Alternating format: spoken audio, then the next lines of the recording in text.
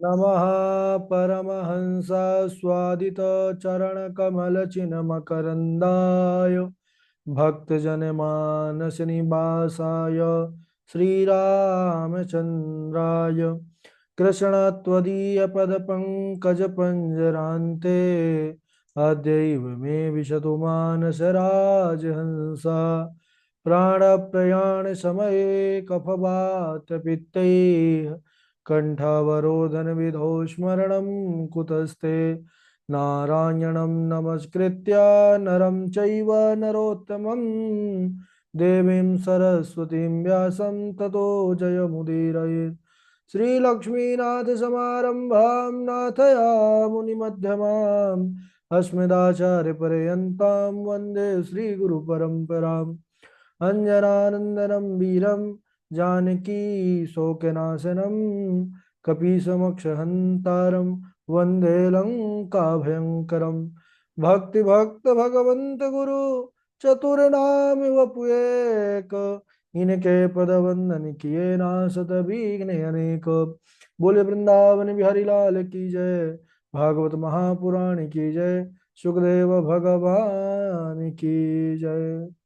परम मंगल में परात्पर अखिलेश्वर अचिंत कल्याण गुणगण निधान सर्वेश्वर सर्वाधिपति अकारण करुणा वरुणालय अकारण करुणा कारक सकल जन कल्लशापहारक परात्पर पर ब्रह्म सच्चिदानंद स्वरूप परमपिता परमात्मा श्री राधा गोविंद सरकार राधा रमण बाधा हरण श्री बांके बिहारी लाल का यह है वांगमय शब्दमय विग्रह श्रीमद् भागवत महापुराण। कोटि कोटि नमन कोटि कोटि प्रणाम। इस परम पावन पुराण ग्रंथ पारमहंसों की पावन संहिता को परमाराध्य नंद नंदन यशोदा नंदन वृज नंदन देवकी नंदन श्याम सुंदर श्री कृष्ण के पाद पद्मों पर कोटि नमन नतमस्तक वंदन एवं अभिनंदन। उनकी आह्लादनी शक्ति प्राण प्रिया जगत वंदनी वृषभानंदनी भास्वती जगदीश्वरी बरसाने वाले श्री किशोरी जी के पावन चरणारविंदों पर कोटि प्रणति। समस्त भूतादिक सीय राम मैं सब जग जानी करहूँ प्रणाम जोरि जुग पानी। हम सबका यह परम सौभाग्य कि भागवत साप्ताहिक कथा सीखने का सद संकल्प विचार लेकर के हम और आप सब एक स्थान पर एक साथ जुड़कर इस पावन पुराण श्रीमद् भागवतम की तैयारी कर रहे हैं। बड़ा ही आनंद आ रहा है। हम सब पूर्व पर चर्चा कर रहे थे, बड़े ही सुंदर प्रसंग पर प्रवेश किए थे। महाराज ध्रुव जी की पावन कथा। स्वयंभू मनु की तीन पुत्रियां आकुति देवहूति प्रसूति और दो पुत्र उत्तानपाद और प्रियव्रत। तो उत्तानपाद की दो रानियां जिनका नाम सुनीति और सुरुचि। चर्चा कर रहे थे सुनीति का अर्थ क्या होता है, सुरुचि का अर्थ क्या होता है। तो सज्जनों, सुष्ठु वेद शास्त्रानुकूला नीति यस्य सा सुनीति ही, जिसका वेद शास्त्रों के अनुसार आचरण और जिसकी नीति है वह है सुनीति। और सुरुचि कौन है? बोले सुष्ठु मनोनुरूप रुचि यस्य सा सुरुचि, जो मन के अनुरूप कार्य करने वाली है, आचरण करने वाली है, जैसा मन को अच्छा लगे वही कार्य करने वाली है, वह है सुरुचि। अब धीरे धीरे अब जितना महाराज उत्तानपाद का प्रेम छोटी रानी सुरुचि से था उतना सुनीति से नहीं था। आगे चल करके एक एक पुत्र हुए। सुरुचि के उत्तम नाम के पुत्र हुए और सुनीति के ध्रुव हुए। तो ध्रुव कैसे होते हैं? जब हमारा वेद शास्त्रों के अनुकूल आचरण होगा तो संतति ध्रुव के समान होगी और मनोनुरूप कार्य करने वाले होंगे, उसका फल तो उत्तम होगा लेकिन वह विनाशी होगा। एक दिन महाराज उत्तानपाद अपने छोटी रानी सुरुचि के पुत्र को गोद में लेकर के लाड लड़ा रहे थे, खिला रहे थे उसको। उसी समय साथी बालकों के साथ खेलते खेलते भक्त ध्रुव भी वहां पहुंच गए। ध्रुव ने देखा कि मेरा छोटा भाई मेरे पिताजी की गोद पर बैठा है, इसलिए मैं भी अपने पिता के गोद में बैठूं अपने भैया के साथ। छोटे से ही अवस्था है अभी इनकी, ध्रुव जी की। दोनों बाहों को खोल करके पिताजी पिताजी कह करके दौड़ पड़े हैं। मन में बड़ी उत्कंठा है कि अब मैं पिताजी की गोद में बैठ ही जाऊंगा और अपने भैया उत्तम के साथ उनके गोद पर खेलूंगा। ऐसी आकांक्षा प्रबल इच्छा लेकर के ध्रुव दौड़े हैं। लेकिन कहते हैं ना कि अपनी सोची दूर है, प्रभु सोची तत्काल। विधाता को कुछ और ही मंजूर था। ध्रुव अभी आधी दूर ही तय किए थे कि तब तक उनकी विमाता यानी सौतेली माता सुरुचि आ गई। सुरुचि ने आकर के ध्रुव का हाथ पकड़ लिया और ऐसे कटु वचन कहा, ऐसे ताना दिया कि ध्रुव जी का जीवन ही पूरा बदल गया। हाथ पकड़ के कहने लगी कि अरे ध्रुव, तू कहाँ भागा जा रहा है? ध्रुव जी ने कहा, मामा मैं अपने पिता के गोद में भैया के साथ बैठने के लिए जा रहा हूं, जाने दो ना। माता जो है सुरुचि आंखें निकाल करके क्रोध दिखाती हुई कहती है, तू पिता की गोद में बैठने जा रहा है? तू क्या इसका अधिकार रखता है? क्यों नहीं माँ, जब मेरा भाई बैठा है तो मैं क्यों नहीं बैठ सकता हूँ? मैं, मेरे भी तो वो पिता है। बोले हाँ, यद्यपि ये पिता तुम्हारे भी हैं, लेकिन फिर भी तुम इस राज सिंहासन के अधिकारी नहीं हो, तुम उस गोद के अधिकारी नहीं हो। क्यों? क्योंकि अगर यह सिंहासन तुम चाहते हो तो तुमको मेरे गर्भ से जन्म लेना पड़ेगा, तब जाकर के तुमको यह गोद और सिंहासन मिल सकता है, अन्यथा नहीं। माँ उसके लिए बोले, उसके लिए तप करना पड़ेगा। तप करने के बाद भगवान प्रकट हो जाए तो मांगना कि मुझे सुरुचि माता के गर्भ से जन्म दो। सुरुचि ने यहाँ तक तो ठीक कहा कि माता होने का जो दायित्व है कि माता पिता का कर्तव्य है कि भगवत भजन पर लगाना, प्रेरित करना। तो माता सुरुचि ने यहाँ तक कहा कि वन में जाकर भगवान का भजन करके भगवान को पाओ, यहाँ तक ठीक था। उसके बाद उसको ये नहीं कहना चाहिए कि भगवान को पा करके मुझे जो है मेरे गर्भ से जन्म हो लेने का वरदान मांगो। अरे भगवान का दर्शन फिर जन्म मरण के बंधनों से मुक्त करने वाला है। अब ध्रुव जी माता के वचनों को सुनते हैं, उनके बाण बाण के समान उनके वचन उनके हृदय पर लगे, छलनी हो गया हृदय, रुदन करने लगे। छोटा बालक रोते रोते माता के पास गए हैं। माँ सुनीति परेशान हो गई, क्यों रोने लग गया? इस प्रकार तो कभी रोया नहीं पहले। बताओ बेटा क्या हुआ? किसने तुमको कुछ कहा? किसी ने मारा तुमको? कुछ चाहिए तुमको? ध्रुव जी रोते जा रहे हैं, कुछ बता नहीं रहे हैं। ऐसा दुख, ऐसा मनोरथ छोटा सा था कि पिता की गोद में बैठना है, लेकिन वह भी पूरा नहीं हुआ और विमाता ने ऐसे कड़वे वचन कहे। साथी बालकों ने सारी घटना का वर्णन किया कि किस प्रकार सौतेली माता सुरुचि ने व्यवहार किया है। बहुत दुख हुआ, माँ है ना, कि इस प्रकार पुत्र के साथ भेदभाव। लेकिन धन्य है माता सुनीति। माता सुनीति इतना सुनने के बाद भी कोई साधारण माँ होती, कोई साधारण स्त्री होती, हाथ पकड़ करके और कहती चल बता तुझे किसने कहा, और जा करके उसको चार गाली सुनाती। लेकिन शिक्षा लेनी चाहिए यहाँ से। माता सुनीति ध्रुव को समझा रही हैं कि पुत्र, मां मंगलम तात परे सुमंस्था भुंक्ते जनो यत् पर दुख दस्तात।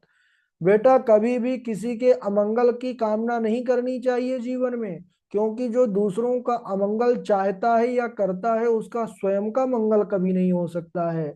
और तुम्हारी देखो सौतेली माता होने से भी वह कितनी श्रेष्ठ तुमको शिक्षा दी है। वह तुम्हारी जन्मदाता जो माँ है उससे बढ़कर के है वह, क्योंकि तुमको भगवत प्राप्ति की ओर प्रेरित की है।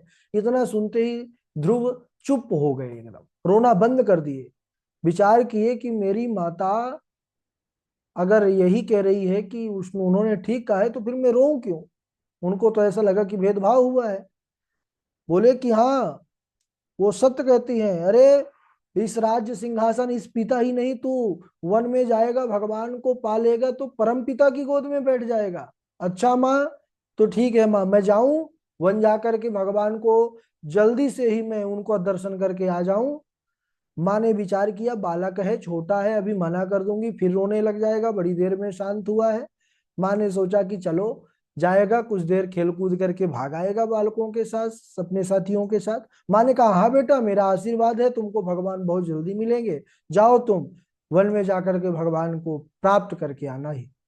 अब इधर ध्रुव, वह तो ध्रुव ही है अटल।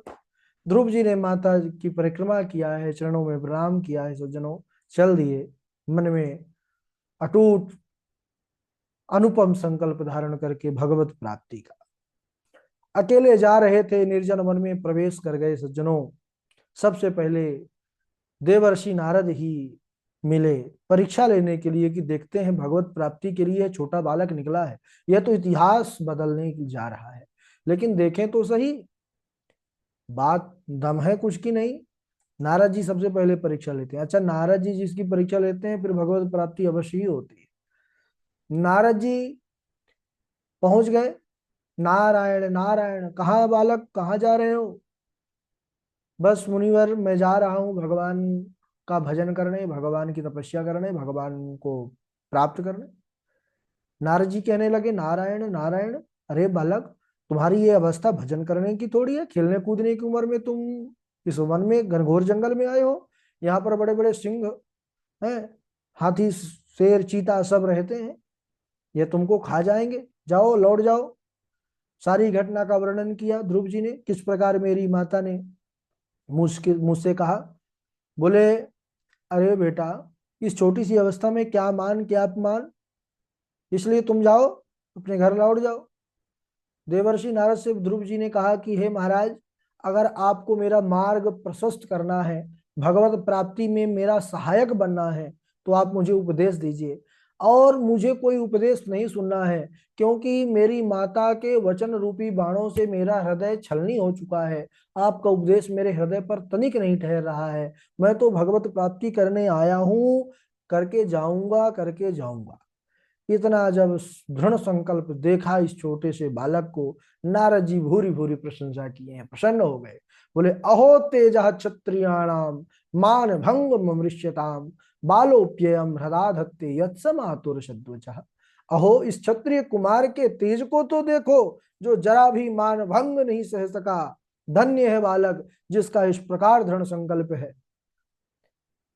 और कहने लगे, बेटा तुमको अवश्य भगवत प्राप्ति होगी, और मैं यह विश्वास दिलाता हूं कि बहुत कम अवस्था, बहुत कम समय में तुम भगवत प्राप्ति करोगे। और उपदेश दिया है, मंत्र दिया है, क्या कि तत्तात गच्छ भद्रम ते यमुनायस्तटं शुचे पुण्यम मधुवनम यत्र सानिध्यम नित्यदा हरे। हे बेटा, हे पुत्र, हे ध्रुव, तुम जाओ, तत्तात गच्छ भद्रम ते यमुनायस्तटं शुचि, यमुना के तट परम पवित्र क्षेत्र मधुवन को जाओ। वहां पर जाकर के कालिंदी पर स्नान करना। पूरी ध्यान की विधा को बतलाए हैं, किस प्रकार जप करना है, सारा विनियोग मंत्र बतलाए हैं। और मंत्र दिया कौन सा? उन्होंने भगवान का द्वादशाक्षर मंत्र प्रदान किया है। बतलाए कि भगवान किस प्रकार प्राणायाम विनियोग आदि करके मानसी पूजा करना। उसके बाद ओम नमो भगवते वासुदेवाय, इस द्वादशाक्षर मंत्र का जाप करना। और इस द्वादशाक्षर मंत्र से तुमको बहुत जल्दी भगवत प्राप्ति हो जाएगी।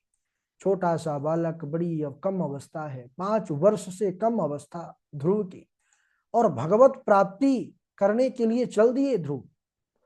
सज्जनों, वह गए और जा करके कालिंदी माता कल कल कल लोलनी करती हुई सुंदर अविरल धारा के साथ प्रवाहित हो रही है। ध्रुव जी ने आचमन किया है, प्रणाम किया है, स्नान किया है। उसके बाद जैसा नारद जी ने उपदेश किया था ध्यान आदि का, भगवान का पूजन करने के बाद उस मंत्र का जाप करना प्रारंभ कर दिया, तन्मय हो गए। ओम नमो भगवते वासुदेवाय, ओम नमो भगवते वासुदेवाय, वासुदेवाय नंद नंदनाय, ओम नमो भगवते वासुदेवाय। इस प्रकार जब करना प्रारंभ कर दिया, ध्यान दीजिएगा। नारद जी के उपदेश के अनुसार ध्रुव जी कैसी तपस्या कर रहे हैं, किस प्रकार जो है आहार कर रहे हैं, कैसा उनका दिन गुजर रहा है, उस पर ध्यान देंगे। कहने लगे कि पहले महीने 3 दिनों के बाद एक बार केवल कैथ और वैर यह प्रसाद पा करके और भगवान का भजन करते। 3 3 दिनों के बाद एक बार थोड़ा सा कैथ और वैर पा लेते। उसके बाद ओम नमो भगवते वासुदेवाय। दूसरे महीने में उन्होंने और तपस्या को बढ़ा दिया सज्जनों। दूसरे महीने कैथ और बैर जो खा रहे थे उसको भी बंद कर दिया, और वह कहने लगे 6 6 दिनों के बाद एक बार सूखे पत्ते खा लेते और उसी मंत्र का जाप करते, ओम नमो भगवते वासुदेवाय। भगवते वासुदेवाय। तीसरे महीने महाराज वह ऐसी तपस्या बढ़ाए कि जो पत्ते खाते थे पत्ते खाना भी बंद कर दिया, और कहने लगे कि 9 9 दिनों के अंतराल में केवल एक बार जल पान कर लेते, और वही मंत्र ओम नमो भगवते वासुदेवाय। तीसरा महीना बीता है, चौथा महीना प्रारंभ हुआ सज्जनों। ऐसी तपस्या को बढ़ाया इस छोटे से बालक ध्रुव ने कि जल जो पान करते थे 9 9 दिनों के बाद वह जल का भी परित्याग कर दिया। अब तो ऐसा प्राणायाम सिद्ध हो गया कि 12 12 दिनों के बाद एक बार वायु का सेवन करते मात्र। पांचवा महीना ऐसा तप कि देवता लोग भी जलने लग गए इनकी तप के ज्वाला से। इन्होंने सांस लेना, वायु का सेवन करना भी बंद कर दिया। एक पैर पर खड़े होकर के भगवान नारायण की धारणा अपने हृदय पर करके अपने श्वास के गति को अवरुद्ध कर लिया। कहते हैं कि भगवान हृदय पर थे और भगवान के हृदय पर होने के बाद उन्होंने श्वास की गति को अवरुद्ध किया। सारे जीव जगत का श्वास रुक गया, क्योंकि नारायण से ही सबका श्वास है। सारे जीव तड़पने लग गए, देवता दौड़े दौड़े गए भगवान नारायण के पास, मर गए मर गए। भगवान नारायण ने कहा, अरे मरे नहीं हो भाई, कुछ नहीं होगा, कोई विपत्ति नहीं है, यह तो एक भक्त की तपस्या का प्रभाव है। मैं अभी जाता हूँ और भक्त का दर्शन करके आता हूँ। ऐसे भक्तों का दर्शन लेने जाते हैं भगवान। भगवान नारायण सज्जनों ध्रुव जी के ऊपर हो गरुण जी के ऊपर सवार होकर ध्रुव जी के पास पहुंच गए हैं। ध्रुव जी से पुकार रहे हैं, बुला रहे हैं ध्रुव को, ध्रुव बेटा आंखें खोलो, जिसके लिए तुम इतनी कठिन तपस्या कर रहे थे वे तुम्हारे सामने खड़ा है, देखो मैं आ गया। ध्रुव है कि अपने अंतर हृदय पर ही परमात्मा की छवि में ही मगन है। भगवान हंसने लगे, विचार किया कि यह फोटो में ही मगन है, सामने आंख खोल लेगा ही नहीं। भगवान ने माया से उस छवि को ओझल कर दिया। तब छटपटा करके ध्रुव की आंखें खुली, जब देखे कि जिस छवि का मैं हृदय पर ध्यान कर रहा था वह तो सगुण रूप साक्षात मेरे सामने है। सीधे दंडवत प्रणाम किया है, खड़े हो गए हाथ जोड़ करके। विचार करने लगे कि भगवान के आने पर तो विद्वान लोग, ऋषि मुनि लोग स्तुति करते हैं बड़ी बड़ी, मैं तो एक भी दिन कक्षा नहीं गया, विद्यालय नहीं गया, मैं कैसे स्तुति करूं, करना चाहिए। भगवान भाव समझ गए। स्पर्श स्पर्श बालम कृपया कपोले, अपना ज्ञानमय शंख जैसे स्पर्श कराया है कपोल से, वैसे ही ध्रुव जी में समस्त विद्याएं प्रकट हो गई। ध्रुव जी ने बड़ा सुंदर भगवान का स्तवन किया है। योऽन्तः प्रविश्य मम वाचमिमां प्रसुप्तां सञ्जीवयत्यखिलशक्तिधरा स्वधाम्ना अन्याश्च हस्तचरणश्रवणात्वगादीन् प्राणान्नमो भगवते पुरुषाय तुभ्यम्। हे प्रभो, आपने ही मेरे अंतःकरण में प्रवेश करके मेरी सोई हुई वाणी को जगाया है। आप ही हाथ पैर कान त्वचा आदि इंद्रियों को चेतना प्रदान करने वाले हैं। हे प्रभो, आप जगत के आदि कारण हैं, मैं आपको बारंबार प्रणाम करता हूँ। भगवान ने कहा, बेटा मैं तुम्हारे हृदय के भाव को, संकल्प को जानता हूँ।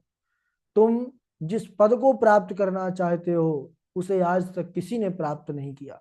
मैं तुम्हें ध्रुव पद प्रदान करता हूं, लेकिन उससे पहले तुम 36,000 वर्षों तक पृथ्वी का एक छत्र राज्य करोगे, उसके बाद भगवान मेरा भजन करके मुझे प्राप्त कर लो। इस प्रकार भगवान ने, यद्यपि ध्रुव जी मना करते रहे कि अब पहले कामना थी लेकिन अब नहीं है, बोले नहीं, मैं भक्त की इच्छा को जरूर पूर्ण करता हूँ, कामना तो थी, पहले आप इसी कामना से आए थे। तो वैसे भगवान के जो भक्त हो जाते हैं फिर अर्थ न धर्म न काम रुचि गति न चाहो निर्माण, जन्म जन्म रति राम पद यह वरदान होना। तो वह केवल भगवान के चरणों का ही सेवन करना चाहते हैं। और इसके बाद बड़ा अच्छा प्रसंग है सज्जनों, आज यहीं तक समय हो चुका है, क्योंकि हम लोग को कथा सुनना बस नहीं है, कथा सुन करके लिखना भी है, उसको पढ़ना भी है, तैयार भी करना है। चलिए बारी बारी से सुनाएंगे सब लोग।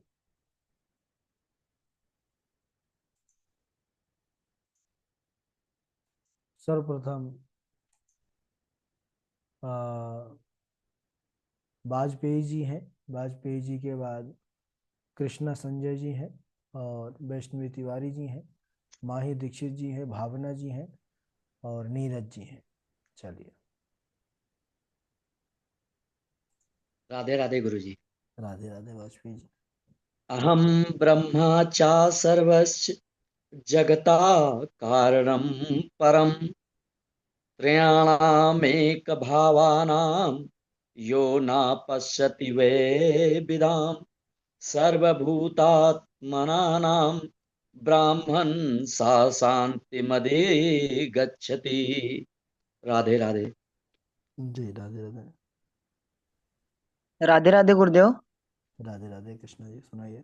अहम ब्रह्मा च सर्वश्च जगता कारणं परमं त्रयाणामेक भावानां योम पश्यन्ति वय विधानां सर्वश्च भूतात्मनां ब्रह्मा शशांति मतिगच्छति। राधे राधे गुरुदेव। थोड़ा सा शुद्धता लाना है। और वैष्णवी जी। राधे राधे राधे गुरु जी। प्रणाम। हाँ वैष्णवी सुनाइए। अहं ब्रह्मस्य सर्गस्य जगतः कारणं परं त्रयानमेकभावानां यो न पश्यति वैभिदां सर्वभूतात्मनं ब्रह्मं स शान्तिमधिगच्छति। जी गुरु जी प्रणाम। ठीक है। अब माही जी आप सुनाइए। राधे राधे गुरु जी। राधे राधे। पंचभिः पंचभिर्ब्रह्मा चतुर्भिर्दशभिस्थिता एतरचतुर्भिर्शतिकं गणं प्रदानिकरस्मिन्दुः। एतत् राधे राधे गुरु चतुर्विंशतिकं जी। गणं प्राधानिकं राधे विदुः। राधे गुरु जी। ठीक है सुनाइए भावना। ये मानवाः पाप क्रतस्तु सर्व